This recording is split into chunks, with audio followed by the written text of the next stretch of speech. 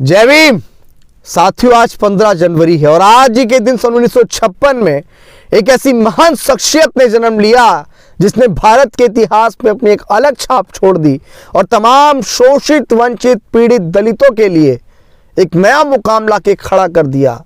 मैं चंद लाइनों को गाकर उस महान शख्सियत की चीजें आपके समक्ष रखूंगा। तेरे एहसान का बदला चुका न पाएंगे, तेरे एहसान का बदला चुका न पाएंगे, तेरे शासन को कभी हम भुला न पाएंगे।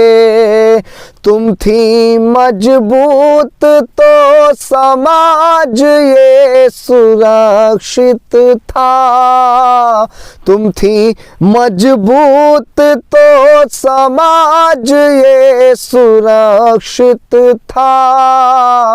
माया बहना तुम्हें कभी भुला न पाएंगे, माया बहना तुम्हें कभी भुला न पाएंगे, तेरे एहसानों का बदला चुका न पाएंगे।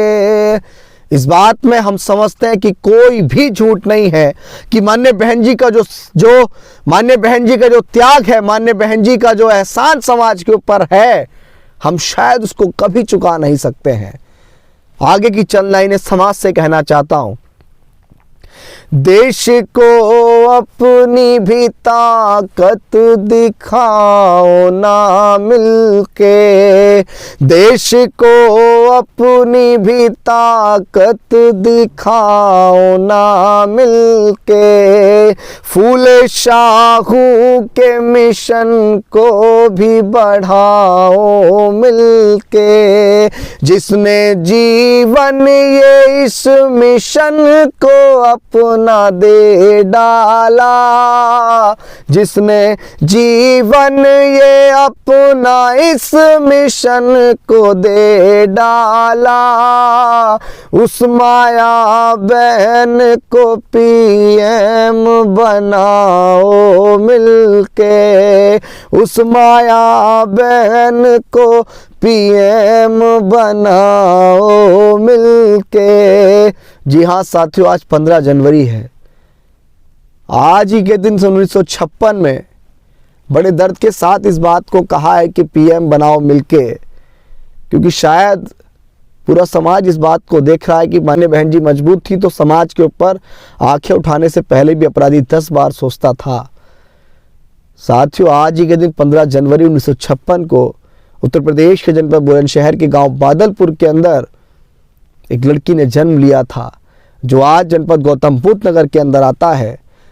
जो लड़की पढ़ लिख के आईएएस बनना चाहती थी, अफसर बनना चाहती थी, लेकिन वो डॉक्टर अंबेडकर, फूले शाहू पेरियार के मिशन को जानती थी, समझती थी।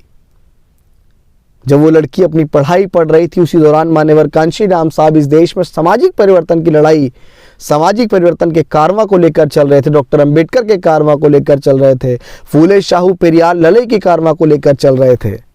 उसी दौरान मान्यवर कांशीराम साहब की एक सभा थी, जिस सभा के अंदर 20-22 साल की एक लड़की भी आई थी। तो उस लड़की ने खड़े होकर इस देश में रहने वाले दलितों को, इस देश में रहने वाले शोषित वंचित समाज को हरिजन मानने से इनकार कर दिया। तभी से वो लड़की हमारे रहबर मान्यवर कांशीराम साहब की नज़रों में चढ़ गई और मान्यवर कांशीराम साहब ने सामाजिक परिवर्तन की इस मुहिम में उस लड़की को भी डॉक्टर अंबेडकर के, फूले के, शाहू के मिशन को आगे बढ़ाने के लिए उस लड़की को अपने साथ आने का न्योता दिया। और वो लड़की बिना झिझक के अपने परिवार को छोड़कर 22-23 साल की उम्र में इस समाज का काम करने के लिए, सामाजिक परिवर्तन की मुहिम के लिए निकल गई। गांव-गांव, शहर-शहर, कस्बे-कस्बे, कश्मीर से लेकर कन्याकुमारी तक मान्यवर कांशीराम साहब के साथ हजारों किलोमीटर की साइकिल यात्रा करके इस सोए हुए समाज को जगाया। फूले शाहू पेरियार लड़ाई अंबेडकर के कारवां को आगे बढ़ाया, मान्यवर कांशीराम साहब के मिशन को आगे बढ़ाया, साथ में मिलकर आगे बढ़ाया।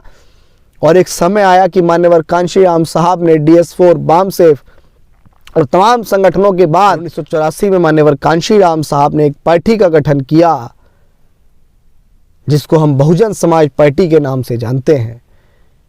धीरे धीरे पार्टी जैसे ही आगे बढ़ती गई, एक समय आया कि मान्यवर कांशीराम साहब ने उस लड़की को अपना उत्तराधिकारी घोषित कर दिया और वो लड़की समाज के लिए पूरी ईमानदारी से काम करती रही। देश में शोषित, वंचित, सोए हुए समाज के लिए, जिन लोगों को कभी अधिकार नसीब नहीं हुए, उन लोगों को अधिकार दिलाने के लिए वो निरंतर समाज के अंदर काम करती रही। फूले शाहू पेरियार, ललाई अंबेडकर के मिशन को आगे बढ़ाने के लिए काम करती रही। और एक समय आया 1995 में वो लड़की देश की पहली दलित मुख्यमंत्री बनकर आई।